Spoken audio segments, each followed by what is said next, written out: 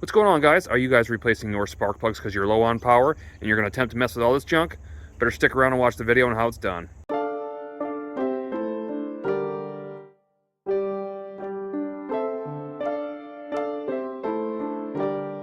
What's going on, guys? Welcome to the channel. As you've seen in the thumbnail, today's episode we're going to be working on our Grand Cherokee and replacing the spark plugs in our 3.6 liter engine. Now, for those of you that might be have a loss of power, or you're noticing that your car doesn't go up the hills like it used to, or it's got a downshift and you're not having the power to pass people, it's probably something very simple, like a simple tune-up, like an air filter and plugs. Now, for those of you that are a lot like me, you look too far into it and you think that there is just something major going on. Odds are there's probably not. Now, the plugs in this are the originals. They have 70,000 miles on them. I'm going to show you exactly what those look like when I pull them out and how worn they are.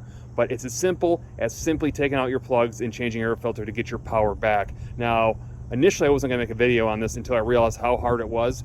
It's not so much that it's hard or even that time consuming. There's just some bolts that are hard to get to. And in this video, I'm going to show you exactly how to get to those. I'm going to cut out all the fat. I'm going to make sure that there's a quick video for you guys to get your back on the road and get the power that you lost. Now let's get into it. All right, so getting into it, the first thing that we want to do is remove the engine cover. Really simple. It's already just clipped on. Just going to do is pull it up, take it out of the way, set it out of the way. Now we need to get out our intake. Our intake's pretty much the main thing that's going to be in our way.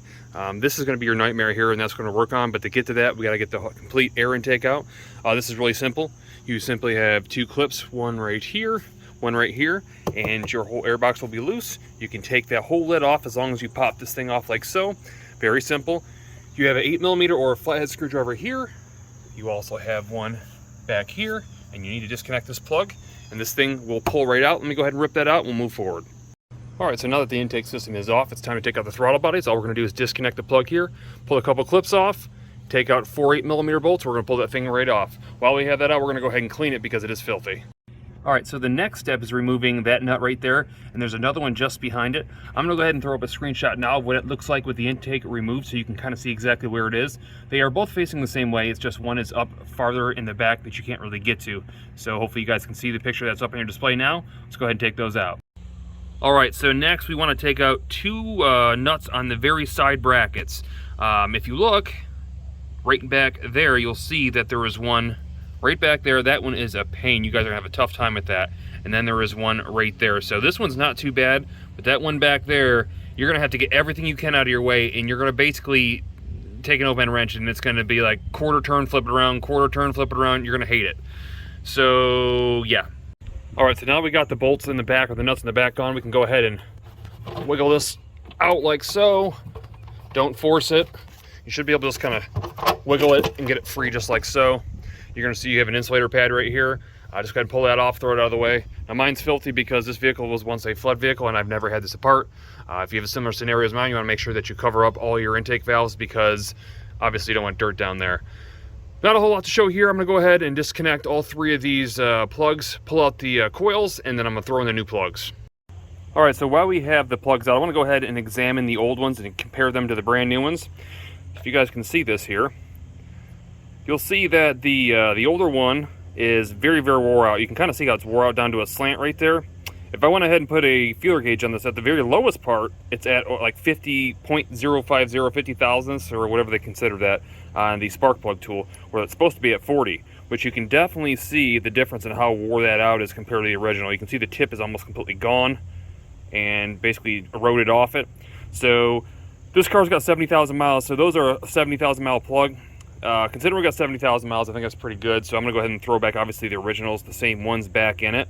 I do have a confession to make too. I actually started this project thinking that, oh, this is gonna be the easiest spark plugs to replace ever. So I didn't start making a video thinking that nobody would need this video until obviously I got into it. So you'll kind of notice when I'm pointing things out, things are kind of out of order. Something might not be in place that it was in place. It's because I want to be able to show you guys exactly where some of the bolts are. And I didn't record it initially taking it apart because I didn't realize it was a freaking beast to get apart. So moving forward, let's get the coil packs back on and get this thing put together. All right, so I got our insulator pad cleaned and put back on. Now it's time to put the intake manifold back on. We're pretty much gonna do it in reverse order. Honestly, I really would take out that bracket. I don't think it's necessary, but because the nut doesn't just finger loose, it's gonna be way more to take 1.5 inches of a nut off than it is to tighten it back 1/4 inch. So we're gonna leave it on. But if those of you that are easy to get out, I mean, honestly, I don't see why it's really holding anything in. Nonetheless, we're moving forward. We're going to put this manifold on right here, and then we're going to start bolting everything up back in reverse. All right, so all 6 of our screws are holding down our intake plenum now. Now it's time to go ahead and throw on these 2 rear 10mm nuts before we put on our throttle body, because it's going to be a lot harder to get to it with the throttle body on. All right, so now that you have the 2 10mm nuts on, make sure you connect all your different wire sensor connectors and tubes so none of those are hanging off. That is to include these 3 ignition coils right here, and we'll keep moving forward. All right, guys, so there is a shot of all the wiring back together. Keep that in mind. Make sure you don't mix those up. It's kind of hard to mix them up because they are all at a certain length, but just in case, this is what they look like. Now it's time to throw on that throttle body and those connectors there. All right, now it's time to move over to the driver's side and the fun side. Time to do the 2 lower nuts that are 13 mils and then connect our 2 upper 10mm nuts. All right, so now that that task is done, it's weird. It went back really easy. It wasn't that hard to get back on. It seems like the whole process of getting back together was a lot easier than taking apart, which was typically opposite. Nonetheless, we still got some hoses and stuff to reconnect, so I'm going to connect all that, and we'll move forward to getting the intake put back together.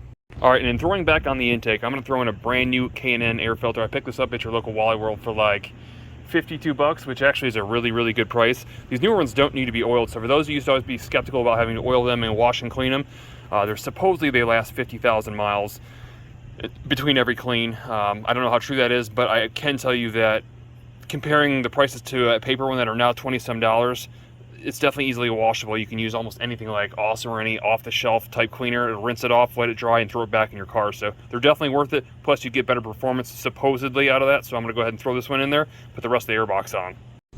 So with our airbox back in and everything put back together, there's only one thing left to do, and that's go for a test ride in our cars to feel the difference in power that we lost.